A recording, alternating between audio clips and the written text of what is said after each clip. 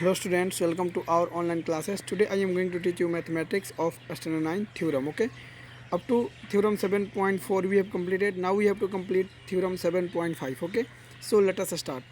Here we have to prove RHS congruence rule. It means right hand hypotenuse side rule, and I have already told that this is valid only for a right angle triangle. Okay, such type of theorems is valid only for right angle triangles. So इसको देखते हैं हम लोग. यहाँ पे given है if in two right triangles the hypotenuse and one side of one triangle are equal to the hypotenuse and one side of the other triangle, then the two triangle are congruent. यानी आपको given है यहाँ पे कि एक right angle triangle है, मतलब दो ठो, जिसमें उनकी हाइपोटेनस और एक कोई भी साइड इक्वल है, तो हमें प्रूफ ये करना है कि दोनों आपस में कॉन्ग्रुएंट होंगे.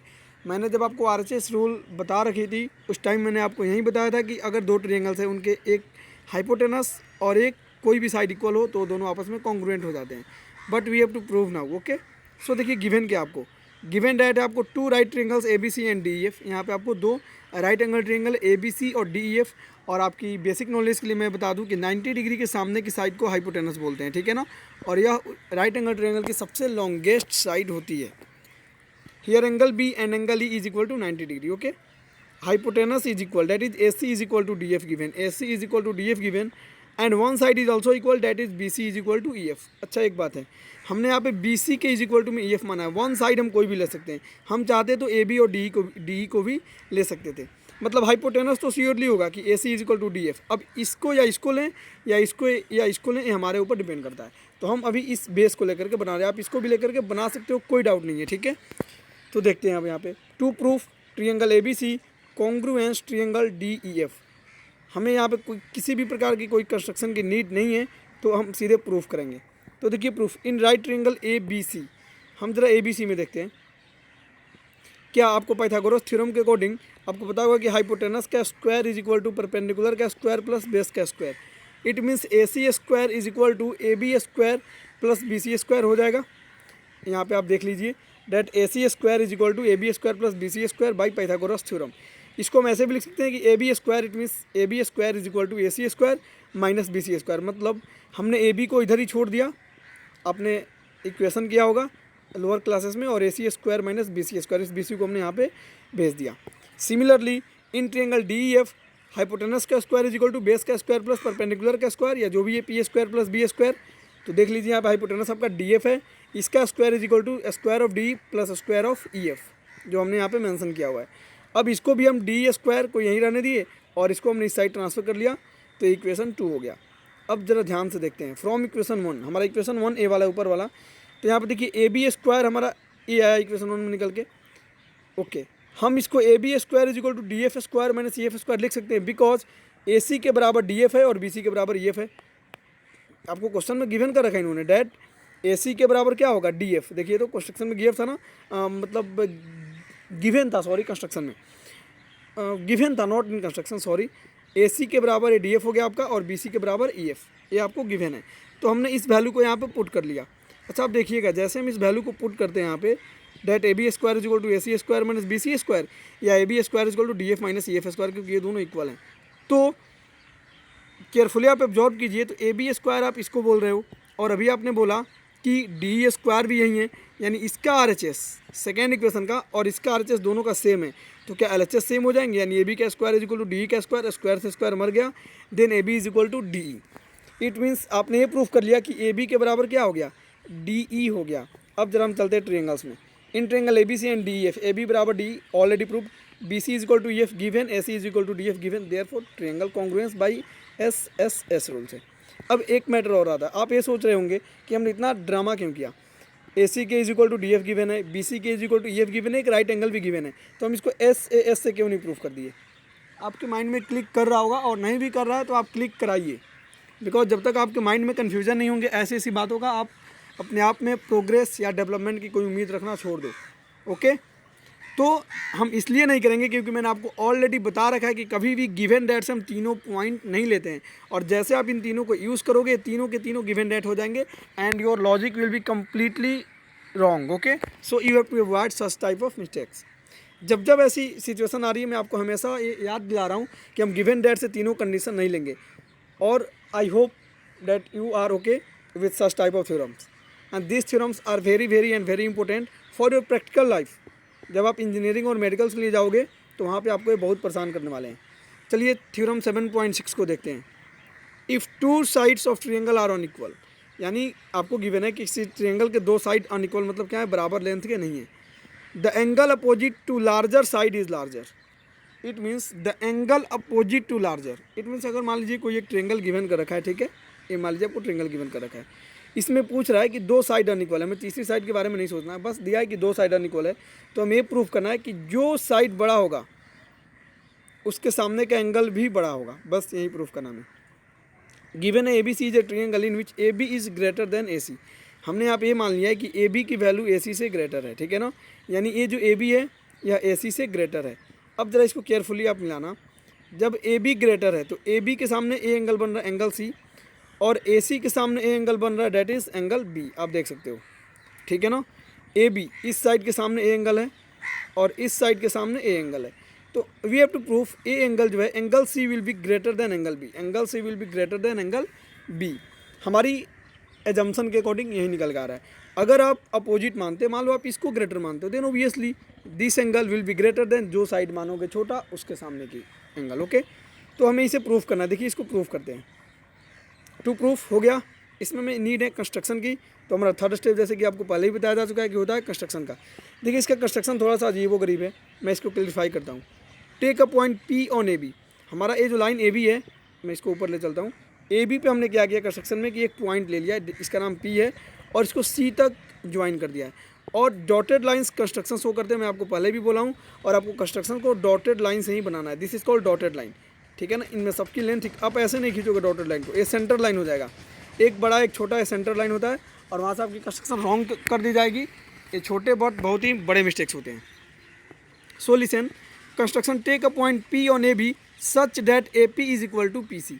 हमने कंस्ट्रक्शन इस तरह से किया है कि ए पी के is equal to P C भी है हमारा. इट मीन्स हमने ये दोनों इक्वल कंस्ट्रक्शन में ही मान लिया है, ठीक है, और इसको ज्वाइन कर लिया, ठीक है. नहीं हमारा कंस्ट्रक्शन है एंड ज्वाइन सी पी, और उसके बाद हमने मान लिया कि ए पी सी एक्स है और बी सी पी वाई है. ए पी सी एक्स है, देखिए A P C this angle को X and B C where is Y that B C P को हमने वाई मान लिया, यानी इसको वाई मान लिया. चलिए एक बार मैं फिर से कंस्ट्रक्शन को क्लियरफाई कर देता हूँ. हमने कंस्ट्रक्शन ये किया है कि P को C से इस तरह से ज्वाइन किया कि ए पी के बराबर पी सी हो गया. सेकेंड, इसको हमने x मान लिया और इस एंगल को हमने y मान लिया, और इस एंगल की एक नेम ए पी सी होगा, और इसकी यहाँ पे क्या है that is b, then B C P, और इसको हमने y मान लिया. अब चलिए इसको प्रूफ करते हैं. प्रूफ में आप पहले लिखोगे एक स्टेप, यहाँ प्रूफ लिखोगे, और फर्स्ट ऑफ ऑल आप लिखोगे इन ट्रिएंगल ए पी सी, और उसके बाद आप ये स्टेप लिखोगे A P is equal to A C from construction. अच्छा, आपने थ्योरम किया था, आपको याद होगा, हमने बोला था कि अगर कोई एक ट्रिएंगल है उसके दो साइड आपस में इक्वल हैं तो उनके अपोजिट एंगल्स आपस में इक्वल हो जाते हैं. मैंने थ्योरम आपको आई थिंक करा रखा है, surely I have done. Okay, so A P is equal to A C, तो ए पी के सामने ए है और ए सी के सामने ए है, यानी ये दोनों एंगल बराबर होंगे, यानी ए एक्स है तो ए भी एक्स हो जाएगा, इसमें कोई डाउट नहीं होगा आपको, ठीक है. तो यहाँ पे अब आप ये नहीं लिखोगे फ्रॉम थ्योरम, ऐसा कुछ नहीं लिखना आपको सीधे लिखना है opposite angle of equal sides. क्या लिखोगे, opposite angle of equal sides are equal, बस. So A C P that is equal to A P C is equal to X. इसको हमने इक्वेशन 1 एज्यूम कर लिया, ठीक है. अब हम नेक्स्ट देखते हैं. Online A B, online, okay, A B मतलब ए बी, ए रहा आपका ए बी, ये ऑनलाइन ए बी दिख रहा है आपको, ए बी ये लाइन है, ठीक है ना. आपने कुछ लीनियर पेयर नाम का वर्ड सुना होगा, मैंने आपको कराया है, ठीक है. ये लीनियर पेयर होते हैं ना. It means this angle plus this angle will be 180 and this is called linear pair. Okay, so angle A P C plus angle B P C is equal to 180 from linear pair. Okay, तो B P C हमारा क्या हो सकता है, it means A angle क्या हो जाएगा, अगर एक्स है तो एंगल हमारा 180 माइनस एक्स हो जाएगा, और इसको हमने इक्वेशन 2 रख लिया, ठीक है. अब हम नेक्स्ट चलते हैं. In triangle P B C that is P B C, it means इस छोटे से ट्रिएंगल में देखिए, छोटा सा नन्हा सा ट्रिएंगल है पी बी सी, इसमें वर्क करना हमको P B C. Okay, A angle हमारा 180 माइनस एक्स है और ए एंगल हमारा वाई है, तो ए एंगल क्या होगा, आपको पता है कि ट्रिएंगल के तीनों एंगल का सम 180 होता है, ठीक है. तो इन तीनों का sum 180, angle B P C it means this angle plus P B C this angle plus P C B this angle is equal to 180. ये आपको पता है होता है कि ट्रिएंगल के तीनों एंगल का सम कितने होते हैं, दैट इज 180, ठीक है। उसके बाद देखिए BPC 180 माइनस एक्स प्लस ये निकालना है और एंगल वाई इक्वल टू 180। अब यहाँ से अगर हम कैलकुलेट करें इनको तो क्या होगा, ये देखिए 180 और 180 तो ऐसा ही कैंसिल हो जाएगा बिकॉज दोनों इक्वल हैं। तो हमारा कुछ रिजल्ट ऐसा निकल के आ गया, एंगल PBC समझिए, और यानी आ गया minus X plus angle PBC plus angle Y is equal to 0। तो एंगल PBC क्या निकल के आ जाएगा, एक्स इधर माइनस में तो इधर प्लस में, और वाई प्लस में तो माइनस में, यानी एक्स माइनस वाई हमने ए निकाल लिया। इट मीन्स हमारा ए एंगल निकल करके आ गया क्या, एक्स माइनस वाई, ये हमने निकाल लिया यहाँ पे देखिए, ठीक है। अब इसको थोड़ा आगे लेके चलते हैं। नाउ अब देखिएगा यहीं पे आपका लॉजिक है। हम बात करते हैं एंगल सी की। मैं थोड़ा सा ऊपर आता हूँ, नहीं यहाँ पे नहीं है, चलिए थोड़ा छोटा करता हूँ, ठीक है। यहाँ पे देखते हैं एंगल सी, एक्चुअल में आपका एंगल सी है क्या, ए एंगल और एंगल का सम है ना, यानी एक्स और वाई दोनों मिल के है। इट मीन्स हम इसको angle X plus angle Y लिख सकते हैं, सी को ऑफ कोर्स लिख सकते हैं एक्स प्लस वाई। अब देखिए आपका प्रूफ हो गया, कैसे तो देखते हैं, अभी लॉजिक पे ले चलेंगे, पहले ऐसे देखिए हमारा एंगल पी है ना, हमें प्रूफ क्या करना था एक्चुअली, ऊपर से देख लेते हैं एक बार, हमको प्रूफ क्या करना था, angle C will be greater than angle B, बस हमें यही प्रूफ करना है। इट मीन्स हमें एंगल सी को बी से ग्रेटर दिखा देना, और हमने दिखा दिया। क्यों, तो देखिए एक्चुअल में क्या है, सी की वैल्यू क्या है आपका, क्या है देखिए एक्स प्लस वाई है, देख लीजिए सी की वैल्यू आपका एक्स प्लस वाई है, और सी ग्रेटर देन बी हो गया। कैसे हो गया, यही तो समझना आपको, क्योंकि चलिए बी की वैल्यू कितना है ये देख लीजिए, बी की वैल्यू है एक्स माइनस वाई, आपने प्रूफ किया है क्या, बी क्या एक्स माइनस वाई है, और आप बोल रहे हो कि सी एक्स प्लस वाई है। अब एक बात बताना, बी को आपने प्रूफ किया एक्स माइनस वाई और सी को आपने प्रूफ कर दिया एक्स प्लस वाई। अब एक बात बताइए, इन दोनों में ग्रेटर कौन है, ऑफ कोर्स सी है, बिकॉज इसमें ऐड हो रहे हैं, तो हमने तो इसको एकदम ईजिली प्रूफ कर लिया that angle C is greater than angle B. तो इसमें कहीं कोई डाउट नहीं होना चाहिए आपको। मैंने एक बार इसको क्विकली दिखाता हूँ आपको, बस आपको ये फिगर है, मैं जूम कर लेता हूँ। इस फिगर में आपको समथिंग जो भी गिवन है, हमने कंस्ट्रक्शन ऐसा किया कि दिस इक्वल है, तो अकॉर्डिंग टू थ्योरम अगर किसी ट्रायंगल में दो साइड इक्वल है तो उनका अपोजिट एंगल इक्वल हो जाएंगे, यानी ए एंगल इक्वल हो गया। फिर हमने इस एंगल को कैलकुलेट कर लिया, ए हो जाएगा 180 माइनस एक्स। फिर हमने इस ट्रायंगल में काम कर लिया, ए एंगल निकाल के हमने ला लिया क्या, एक्स माइनस वाई, और ये आपको दिख रहा है कि ये एक्स प्लस वाई है, सी एक्स और वाई दोनों का एडिशन है। अब बताइए दोनों का एडिशन है और ये दोनों का सब्ट्रैक्शन है, तो addition will be always greater than subtraction of the same number, so angle C will be obviously greater than angle B and hence proved. अब यहाँ पे एक नेक्स्ट स्टेप और है, देखिए सिमिलरली, मतलब अगर हम कुछ और मान के चलते तो हम ऐसे भी प्रूफ करते हैं, मतलब आगे की स्टेप्स मैंने आपको पहले भी सिखा रखा है कि अगर आपको एक प्रूफ हो गया तो सेम मैटर को प्रूफ करना हो तो आप सीधे लिख दो similarly we can proof dot dot dot, जो भी आपको है, ठीक है। तो आपको ये डायग्राम और ये बनाने की कोई नीड नहीं है, बस आपने प्रूफ कर दिया, यहाँ पे आप लिख दोगे ओके, मतलब प्रूव्ड, बस ओके गुड। नेक्स्ट देखते हैं 7.7 क्या गिवन है, in any triangle the side opposite to larger angle is longer. It means आपको जस्ट इसका अपोजिट थ्योरम है, किसका, 7.6 का अपोजिट थ्योरम है 7.7। If any triangle, in any triangle the side opposite to larger angle is longer. अब इसमें हमने ये मान लिया है ए बी सी एक ट्रायंगल है जिसमें एंगल सी ग्रेटर है एंगल बी से। तो चलिए एंगल सी के सामने कौन सी साइड है, ए बी, तो हमें प्रूफ करना है ए बी ग्रेटर होगा एंगल बी के सामने कौन सी साइड है, ए सी से, बस हमको प्रूफ करना है। अब देखिए ऊपर ए गिवन था, हमने ये प्रूफ किया, अब ए गिवन है, ए प्रूफ करना है, जस्ट अपोजिट प्रूफ कर लेते हैं। चलिए यहाँ पे आपका प्रूफ, यहाँ पे हमें कंस्ट्रक्शन की नीड नहीं है एक्चुअली, इसलिए हम सीधे प्रूफ पे आएंगे।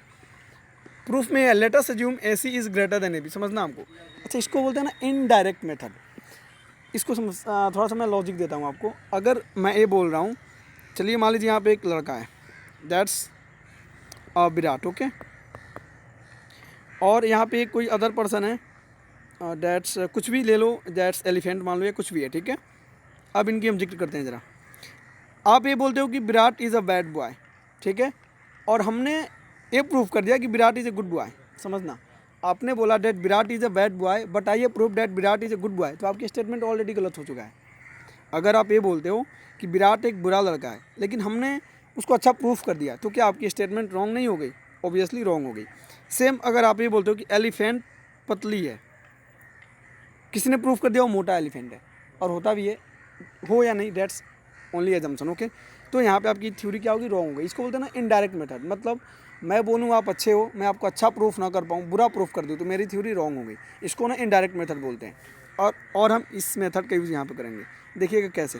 हमें प्रूफ क्या करना है कि ए बी के ग्रेटर ए सी है। अब हमने मान लिया कि नो ए सी, हमने एज्यूम कर लिया, लेट अस एज्यूम, मतलब मान लिया, एज्यूम मीन्स मानना, मानने के लिए हम स्वतंत्र है, कुछ भी मान सकते हैं but within limitation. Okay, अब A C is greater than A B, ये आपने मान लिया।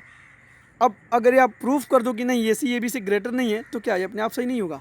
समझना, indirect method, this is called indirect method. आपको प्रूफ ये करना है कि A B is greater than A C, but आपने ये मान लिया कि A C is greater than A B, और अब आप ये प्रूफ कर दोगे कि नहीं ये गलत हम माने हैं। तो जब आपका मानना गलत हो गया तो सही हो गया। तो चलिए प्रूफ कर लेते हैं हम।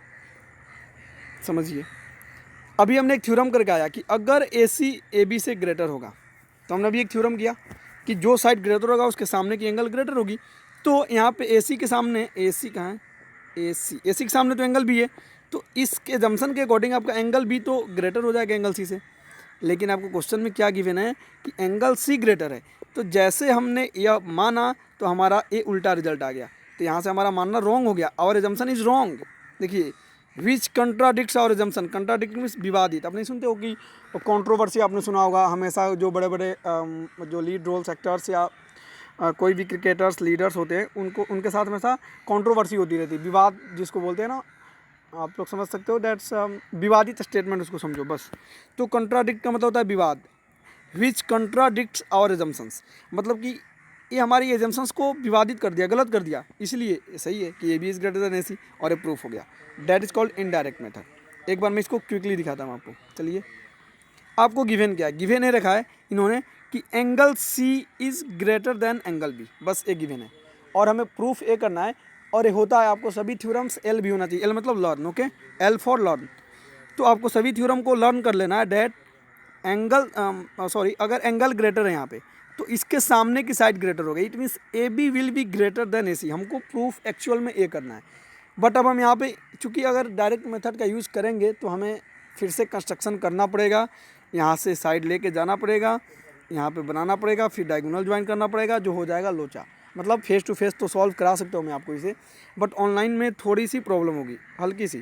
सो but if you want then you can comment me and I shall provide you video, but practically having said that indirect method is also good, okay, you can follow it. तो हमको proof actual में करना है कि A B is greater than A C, लेकिन अब हमने मान लिया कि नहीं, हमने मान लिया कि A C is greater than A B, और अब हमें प्रूफ कर देंगे कि नहीं हम गलत माने, तो बस ऐसा ही नहीं हो गया, ऑफकोर्स हो गया। तो जैसे हमने ए सी को ए बी से ग्रेटर किया, तो अभी हम थ्योरम करके आए कि अगर साइड बड़ा है तो सामने की एंगल बड़ा होगा, तो यहाँ से तो एंगल भी ग्रेटर निकल के आ गया ना।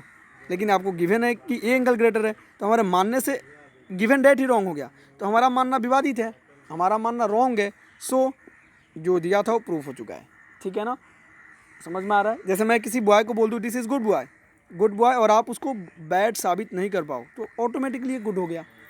This is called indirect method, ठीक है। अब नेक्स्ट पे चलते हैं हम। 7.8 थ्योरम है, जो आपका 7 थ्योरम का लास्ट थ्योरम है। इसके बाद हम लोग सिर्फ एक्सरसाइज करेंगे and then directly we move on chapter 8। Here given the sum of any two sides of a triangle is greater than third side. ये आपको अजीब लग रहा होगा कि हाँ, दो सम ए तो होते हैं, ऑब्वियसली होते हैं, but we have to prove कि किसी ट्रायंगल के दो साइड का सम तीसरे साइड से ग्रेटर होता है। ये हमें प्रूफ करना है।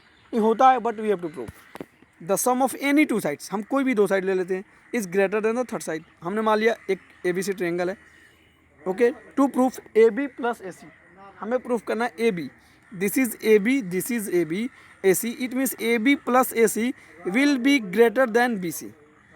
इन दोनों का सम ग्रेटर होगा इसके थर्ड साइड बी सी से, बस हमको प्रूफ करना है। इसको हम डायरेक्ट मेथड से प्रूफ कर रहे हैं, कंस्ट्रक्शन। अच्छा, एक बात और, इनडायरेक्ट मेथड में कभी भी कंस्ट्रक्शन यूज़ नहीं होता है, और जितने भी थ्योरम्स हैं सबका इनडायरेक्ट मेथड है, सबका। लेकिन आपको कुछ को डायरेक्ट में बनाओ, कुछ को इनडायरेक्ट में बनाओ, दो जैसे इजी हो, ठीक है। तो कंस्ट्रक्शन की बात कर लेते हैं। Extend A B to D, हमने ए बी को एक्सटेंड में फैला के लंबा करके डी तक बना दिया, और इस तरह से बनाया कि ए डी के बराबर ए सी है। It means A D is equal to A C, मतलब ये दोनों इक्वल है। देखिए, एक्चुअल में आपका ट्रायंगल तो ये था, हमने इसको यहाँ तक ले गया, इसको ऐसे ज्वाइन कर लिया, और ऐसे ज्वाइन किया कि ए लाइन और ए लाइन इक्वल हो गई। अच्छा, एक माइंड आपके एक लॉजिक क्लिक कर रहा होगा। अब देखिए एक ए बी ट्रायंगल बन रहा है, ओके, और इसमें दो साइड इक्वल हैं। अभी थ्योरम बताया मैं आपको, पीछे प्रूफ भी करवा चुका हूँ कि अगर किसी ट्रायंगल में उसके दो साइड इक्वल हैं तो उसका अपोजिट एंगल इक्वल होंगे। तो इसका अपोजिट एंगल क्या है, दिस वन, और इसका अपोजिट एंगल दिस वन। यानी अगर इसको एंगल 1 मानते इसको 2 मानते तो एंगल 1 इक्वल टू एंगल 2 ऐसे ही हो गया। तो प्रूफ में in triangle ACD AD equal to AC by construction, तो अब आप ये नहीं लिखोगे therefore angle 1 equal to angle 2, और रीजन क्या डालोगे, opposite angle of equal sides are equal, opposite angle of equal sides are equal. Okay, आप लैंग्वेज यहाँ पे डाल दोगे, ठीक है। एंगल 1 इक्वल टू एंगल 2 हमने प्रूफ कर लिया। अब ये हमारा प्रूफ भी हो गया। देखिए कैसे, नाउ एंगल BCD समझना हमें, यहाँ पे B थोड़ा सा ऊपर ले चलते हैं। देखिए BCD इट मीन्स ये पूरा एंगल, ठीक है ना। BCD is equal to BCA this one plus angle 1 के इक्वल है। ओके, इसको हम ऐसे भी तो लिख सकते हैं कि BCA plus angle 2 because angle 1 and angle 2 is equal. तो BCA प्लस एंगल 2 हमने इसको डाल दिया। ओके, अब जरा हम बात करते हैं in triangle BCD, in triangle BCD, यहाँ पे आपका ट्रायंगल BCD, देखिए ये पूरा ट्रायंगल BCD, एंगल BCD इस ये पूरा एंगल जो है ये एंगल 2 से ग्रेटर है। क्यों ग्रेटर है, ये कुछ नहीं है, ठीक है ना, ये कुछ भी नहीं है आपका BC, हमने ये बोला कि BCD जो है ये BCA, ये जो पूरा एंगल है ना, ये इसका और एंगल 2 का सम है। तो अच्छा मैं ये बोलूँ कि एक ये बॉडी है, एक ये बॉडी है, ये दोनों बॉडी मिला करके एक बॉडी बना रहे हैं, तो यह अकेला बॉडी इसमें किसी भी एक अकेले बॉडी से ग्रेटर होगा। सिमिलरली यहाँ पे यह एंगल और ये एंगल मिला करके पूरा एंगल बना है, तो ये पूरा एंगल इससे तो ग्रेटर होगा, इसमें कोई डाउट नहीं है। तो ये ग्रेटर हो गया एंगल 2 से।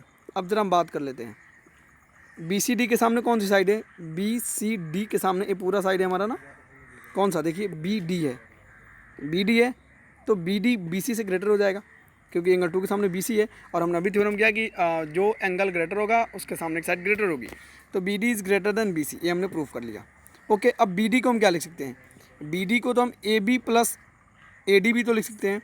तो हमने लिख लिया AB plus AD is greater then BC, but अब AD की जगह AC लिख लेंगे क्योंकि AD बराबर AC कंस्ट्रक्शन से, तो AB plus AC is greater then BC, और ये हमने प्रूफ कर लिया। अब सिमिलरली वी कैन प्रूफ ये जो बचा हुआ है, तो इसमें तो कोई लॉजिक ही नहीं है, ये कितना ईजिली प्रूफ हो गया। तो ये था आपके सभी theorems and I hope that you have understood, but practically if you have any doubt then you can ask me frequently without any hesitation. Okay, thanks.